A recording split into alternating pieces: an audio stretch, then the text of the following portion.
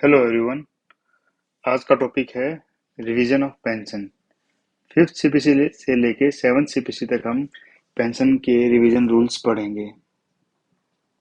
इसमें के तीन पार्ट्स में पढ़ेंगे हम इन रूल्स को। इसमें केवल फिफ्थ सीपीसी के बारे में बताया गया है कि फिफ्थ सीपीसी में पेंशन के क्या रूल थे, फैमिली पेंशन के क्या रूल थे, फोर्थ सीपीसी से फिफ्थ सीपीसी में आने के क्या रूल थे। ठीक है, उसके बारे में डिस्कस किया गया है। बाकी आने वाले पार्ट्स में हम सिक्स सीपीसी और सेवन्थ सीपीसी के बारे में स्टडी करेंगे। तो हमने इतने सारे तो हमने इतने सारे ऑर्डर्स इसके लिए पढ़े हैं ताकि कोई भी इंफॉर्मेशन मिस ना हो। तो आइए हम स्टार्ट करते हैं। Basics pension rules in fifth CPC. ठीक है, तो फिफ्थ सीपीसी में पेंशन की अमाउंट क्या होती थी। सेवन सीपीसी में तो सबको ही पता है, सिक्स में भी पता होगा मोस्टली, लेकिन फिफ्थ में क्या होता था। जो भी एमोल्यूमेंट है, एमोल्यूमेंट क्या होगा आपका बेसिक पे प्लस एनपीए जो डॉक्टर्स को मिलता है अगर है तो, नहीं तो बेसिक पे जो है वो आपका एमोल्यूमेंट है। तो पेंशन की अमाउंट होती थी आपकी 50% of average emolument of last 10 month. पिछले 10 महीने की जितनी भी पे का एवरेज जो आएगा उसका आधा आपको पेंशन मिलेगी फिफ्थ सीपीसी में। आज की बात करें तो लास्ट 10 मंथ्स या लास्ट पे जो हायर होगा वो लेते हैं, लेकिन फिफ्थ सीपीसी में लास्ट पे नहीं लेते थे, केवल एवरेज लेते थे 10 महीनों का। ठीक है, उसका आधा जो होती थी वो पेंशन हम ले लेते थे। लेकिन एक कंडीशन तब ये थी कि अगर ये जो पेंशन मिल रही है आपको ये तभी मिलेगी, पूरी की पूरी पेंशन, जब आपकी क्वालिफाइंग सर्विस जो है 33 साल या उससे ज़्यादा हो, 33 ईयर्स से ज़्यादा होगी या इसकी इक्वल होगी तो ही आपको ये पेंशन मिलेगी। अगर 33 साल से कम है आपकी सर्विस तो आपकी पेंशन को भी रिड्यूस कर दिया जाएगा। ये उस समय का एक रूल 49 होता था, सीसीएस पेंशन रूल 1972 का रूल 49 होता था फिफ्थ सीपीसी के टाइम पे। अभी तो उसको हटा दिया गया है, अभी हम केवल फिफ्थ सीपीसी की बात करेंगे। ठीक है, तो फिफ्थ सीपीसी में ये रूल होता था कि अगर 33 साल की सर्विस है या उससे ज्यादा सर्विस है तो आपको लास्ट 10 मंथ के एवरेज एम्प्लॉयमेंट का आधा मिल जाएगा। अगर उससे कम सर्विस है तो it will be reduced pro rata. ठीक है, मतलब क्या हुआ कि मान लीजिए आपने 30 साल की सर्विस की है, तो जो लास्ट 10 मंथ एम्प्लॉयमेंट बाई 2, ये तो आपकी पेंशन है ही। अब आपने 30 साल की सर्विस की है तो यहाँ पे 30 आ जाएगा डिवाइड बाई 33। ठीक है, मैक्सिमम क्यूएस की वैल्यू 33 हो सकती है। अगर आपने 35 साल की सर्विस भी की है तो यहाँ पे 33 आएगा। 36 साल की है तो भी 33 आएगा।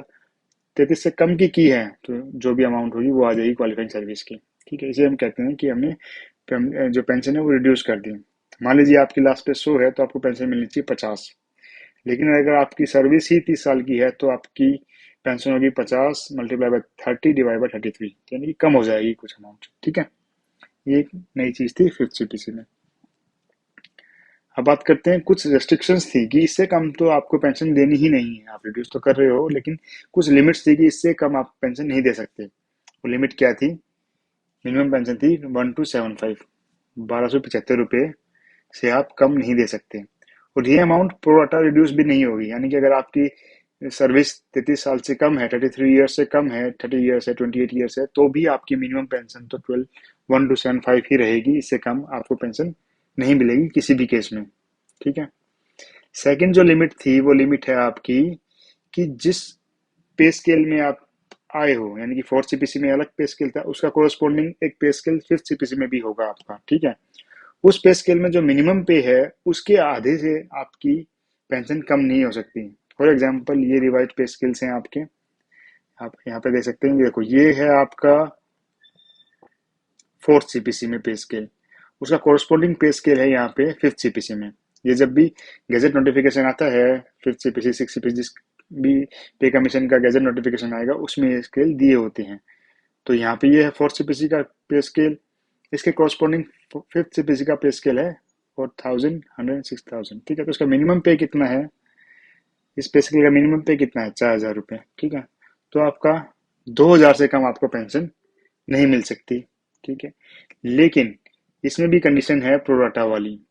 ठीक है, जैसे कि 2000, अगर 33 साल की क्वालिफाइंग सर्विस है तभी आपको 2,000 से कम पेंशन नहीं मिलेगी, नहीं तो ये जो लिमिट है इसको भी हम प्रोराटा रिड्यूस कर देंगे। ठीक है, मान लीजिए आपकी क्वालिफाइंग सर्विस है 30 ईयर्स की, तो इस केस में मिनिमम जो ये पॉइंट है मिनिमम पेंशन, उस पर तो कोई इफेक्ट नहीं पड़ेगा।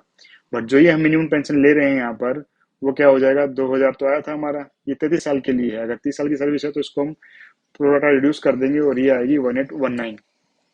ठीक है, तो आपकी पेंशन जो है इससे कम नहीं हो सकती। अगर आप इस पे स्केल में रिटायर हो रहे हो, इस पे स्केल में रिटायर हुए थे, यानी कि इसके कोरस्पॉन्डिंग जो स्केल है, इस पे स्केल में अगर आप रिटायर हुए हो, जिसका कोरस्पॉन्डिंग पे स्केल है ये वाला फिफ्थ सीपीसी में, तो आपकी पेंशन इससे कम नहीं हो सकती अगर आपकी 33 साल की सर्विस है तो।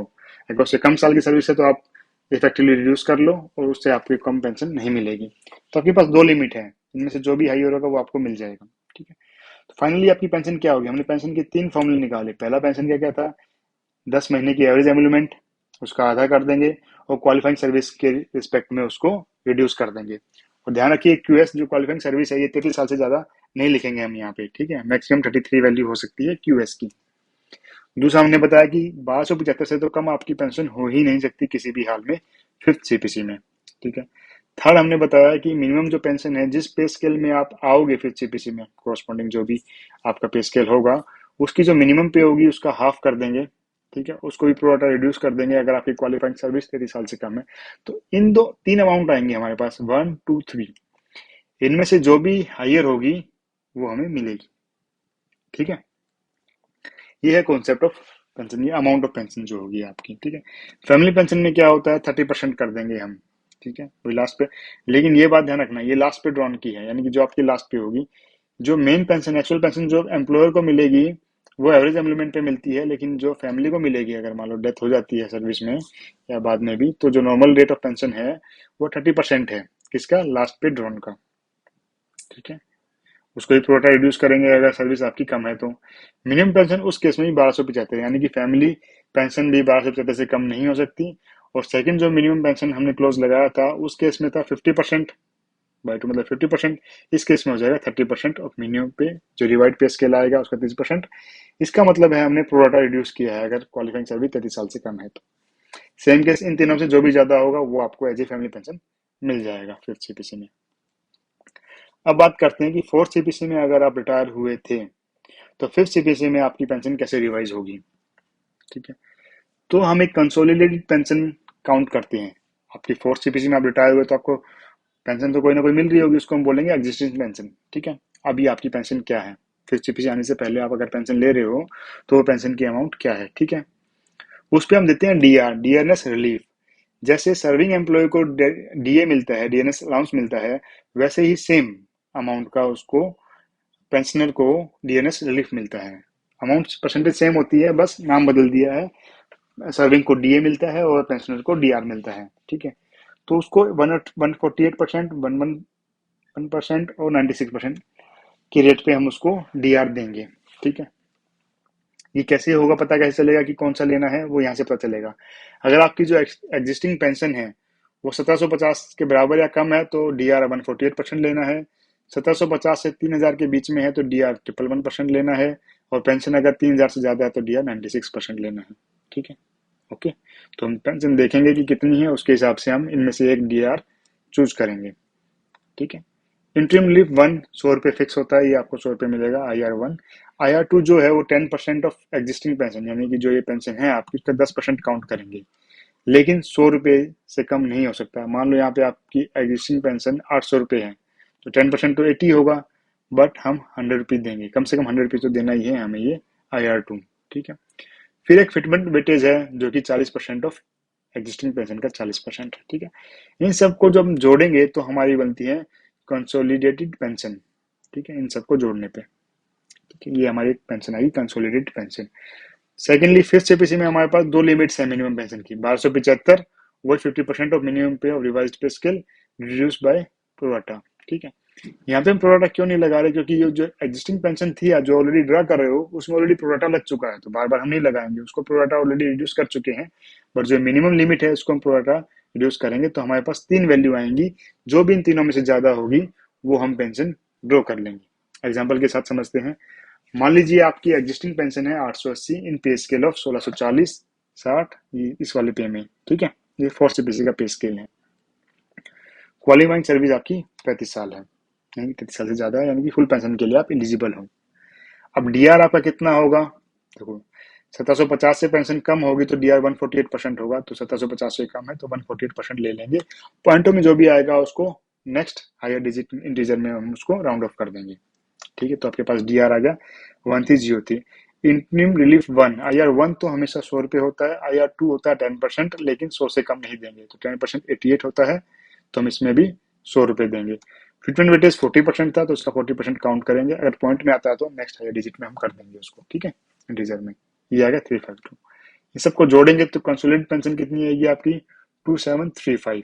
ठीक है, रिवाइज पे स्केल कितना आएगा, इसका कॉरस्पॉन्डिंग स्केल कितना है 5500 वाला, तो ये आपका रिवाइज पे स्केल आ गया 5th सीपीसी में, और ये आपकी कंसोलिडेटेड पेंशन आ गई। मिनिमम पेंशन की लिमिट कितनी थी 1275, और एक और लिमिट क्या थी 50% of the minimum of the pay of the revise पे स्केल, यानी कि 5500 का आधा। देखो क्वालिफाइंग सर्विस तो 33 साल से ज्यादा ही है, तो इसका ये तो 1 हो जाएगा, तो 50% कितना होगा इसका 2750। तो इन तीनों से ज्यादा कौन सा है 2750, तो ये आपकी पेंशन होगी, यानी कि 1196 से आप 2750 पेंशन ड्रॉ करोगे। ठीक है, अब बात करते हैं फैमिली पेंशन की। 4th सीपीसी से 5th सीपीसी में फैमिली पेंशन कैसे रिवाइज होती थी। 4th सीपीसी में थोड़ा कॉम्प्लिकेट था फैमिली पेंशन, वो स्लैब रेट होता था। 5th सीपीसी में फिक्स किया 30% देना है, 6th सीपीसी और 7th सीपीसी में ही 30% ही चल रहा है, लेकिन 4th सीपीसी में हम एक स्लैब रेट में देते थे। अगर आपकी लास्ट पे 1500 से कम या उसके बराबर है, तो फैमिली पेंशन 30% की रेट पे देते थे, जो कि आज भी दे रहे हैं हम। लेकिन 1500 से ज्यादा और 3000 के बराबर या कम हैगी, तो 20% फैमिली पेंशन देंगे लास्ट पे की, और 3000 से ज्यादा है अगर आपकी लास्ट पे, तो 15% होगा आपका फैमिली पेंशन। ठीक है, तो स्लैब रेट था, लेकिन 5th सीपीसी में तो फिक्स कर दिया 30% ही देना है लास्ट पे का।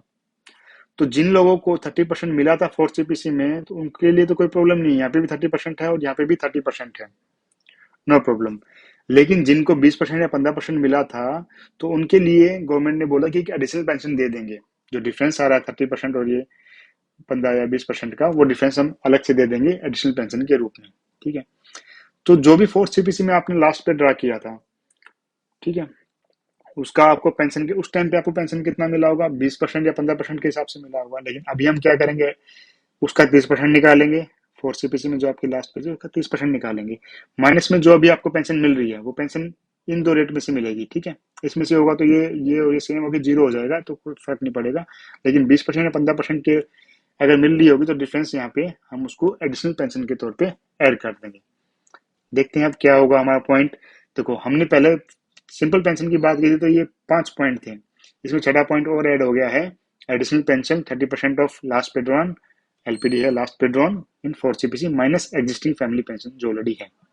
ठीक है, तो कंसोलिडेटेड पेंशन अब क्या हो जाएगा, इन सबका सम, मिनिमम पेंशन वही 1275, और एक और लिमिट है मिनिमम पेंशन की रिवाइज पे स्केल में, जो भी मिनिमम होगा उसका हाफ, और प्रोडक्ट रिड्यूस कर देंगे इसको। ठीक है, एग्जाम्पल के तौर पे देखेंगे, मान लीजिए आपका लास्ट पे 2600 है 4th सीपीसी में। ठीक है, इस पे स्केल में है, वही सेम पे स्केल लिया है हमने, ये वाला। ठीक है, और क्वालिफाइंग सर्विस वही 35 साल है। तो एग्जिस्टिंग फैमिली पेंशन क्या होगी आपकी, देखो लास्ट पे कितना 2600, 2600 कहाँ आएगा, इस रेंज में आएगा, तो फैमिली पेंशन कितना होगा 20%, तो इसका 20% हो गया 520। ठीक है, अब डीआर कितना होगा, देखो पेंशन अगर 750 से कम 750 से कम है, तो 148% होगा, तो इसका 148% आएगा 770। आई आर 100 रुपीज फिक्स है, आई आर 2 होता है 10% 52, लेकिन मिनिमम 100 रुपीज तो देना ही होता है, तो ये भी 100 रुपीज आ गया। उसके बाद फिटमेंट वेटेज 40% ऑफ पेंशन, इसका 40% करेंगे तो 208 आ गया। ठीक है, अब एडिशनल फैमिली पेंशन कितना होगा, 30% ऑफ लास्ट पे ड्रॉन कितना था 4th सीपीसी में 2600, तो 2600 का 30% कितना होगा 780, 780 में से 520 घटाएंगे तो आ जाएगा हमारे पास 260। तो कंसोलिडेटेड पेंशन कितनी आ जाएगी, इन सब का सम करेंगे और हमारे पास आ गया 1958, और रिवाइज पे स्केल आ गया 5500, ये देखिए 1640 5500। ठीक है, मिनिमम पेंशन की लिमिट थी 1275, और 30% ऑफ मिनिमम पे, यानी कि इसका 30% देखेंगे तो कितना आएगा 1650।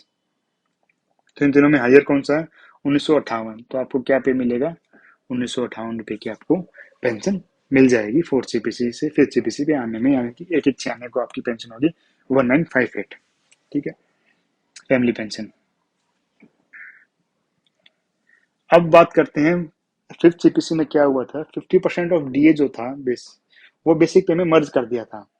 5th सीपीसी की रिकमेंडेशन थी कि जब भी डीए 50% से ऊपर जाएगा, तो जो 50% डीए है वो बेसिक पे में ऐड कर देंगे और डीए वापस कम कर देंगे। 2004 में 1/1/2004 से जो डीए था 61% हो गया था। ठीक है, तो 61% यानी कि 50 से ऊपर चला गया, तो 50% जो डीए था उसको बेसिक पे में मर्ज कर दिया और इफेक्टिव डीए हमारे रह गए 11%। ठीक है, तो हमारी पे कितनी होगी, मान लीजिए हमारी पे 100 रुपये है और डीए है 61%। तो अब हम क्या करेंगे, हमारी पे हो जाएगी 100, प्लस में डीएनएस पे होगी 50, टोटल कितना आ गया 150, और 150 पे हम डीए देंगे 11%। ठीक है, तो जो 50% डीए था वो बेसिक पे में मर्ज कर दिया, उसको हमें बोलेंगे डीएनएस पे। तो इस केस में अगर हम पेंशन की बात करें तो जो बेसिक पे थी और जो डीपी डीएनएस पे हमने ऐड किया था वो एज ए होल हम पेंशन के लिए एमलुमेंट मानेंगे, यानी कि जो अब हाफ करते थे वो केवल बेसिक पे का नहीं करेंगे, बेसिक पे में जो डीपी ऐड की है उसका हाफ करके हम पेंशन तक पहुंचेंगे, ये हमारे एमलुमेंट होंगे। ठीक है, फॉर एग्जाम्पल मान लीजिए 1/4 को आपकी बेसिक पे थी 18,000 और डी 61% था उस टाइम पे, तो हमने 50% डीए 61% में से 50% निकाला, डीएनएस पे के रूप में उसमें मर्ज कर दिया है, इसका 50% 9,000 रुपये।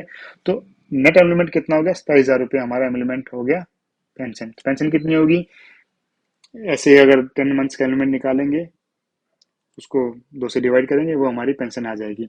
पेंशन पे हमें डीएनएस स्लिप भी मिलता है, तो वो कितना मिलेगा, अब डी 61% नहीं रहा, अब डी हो गया, डीआर हो गया 11%, क्योंकि इसमें से हमने 50% निकाल लिया है और डीपी में मर्ज कर दिया। ठीक है, अब बात करते हैं कि जो ऑलरेडी रिटायर हो चुके हैं उनके लिए क्या मैकेनिज्म है। देखो, उनको डीए नहीं मिल रहा होगा, उनको डीआर मिल रहा होगा।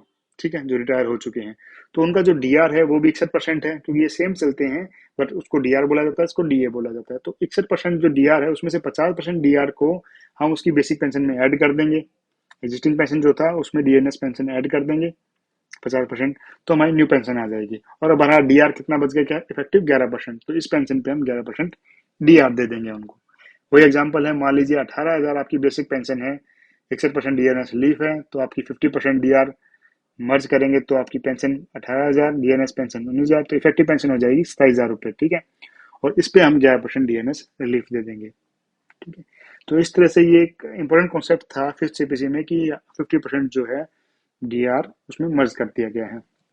ये इसलिए जरूरी है इसके बारे में बताना, क्योंकि नेक्स्ट जो वीडियो आएगी उसमें हम 6 सीपीसी के बारे में डिस्कस करेंगे, 6 सीपीसी में क्या पेंशन रूल थे और 5th सीपीसी से 6 सीपीसी में कैसे स्विच करेंगे, उस टाइम पे इसका एक रोल आएगा। ठीक है, तो हमें पता होना चाहिए, इसलिए हमने इसके बारे में ब्रीफ डिस्कशन किया है। नेक्स्ट वीडियो में हम 6 सीपीसी के बारे में डिस्कस करेंगे। तब तक के लिए थैंक यू वेरी मच।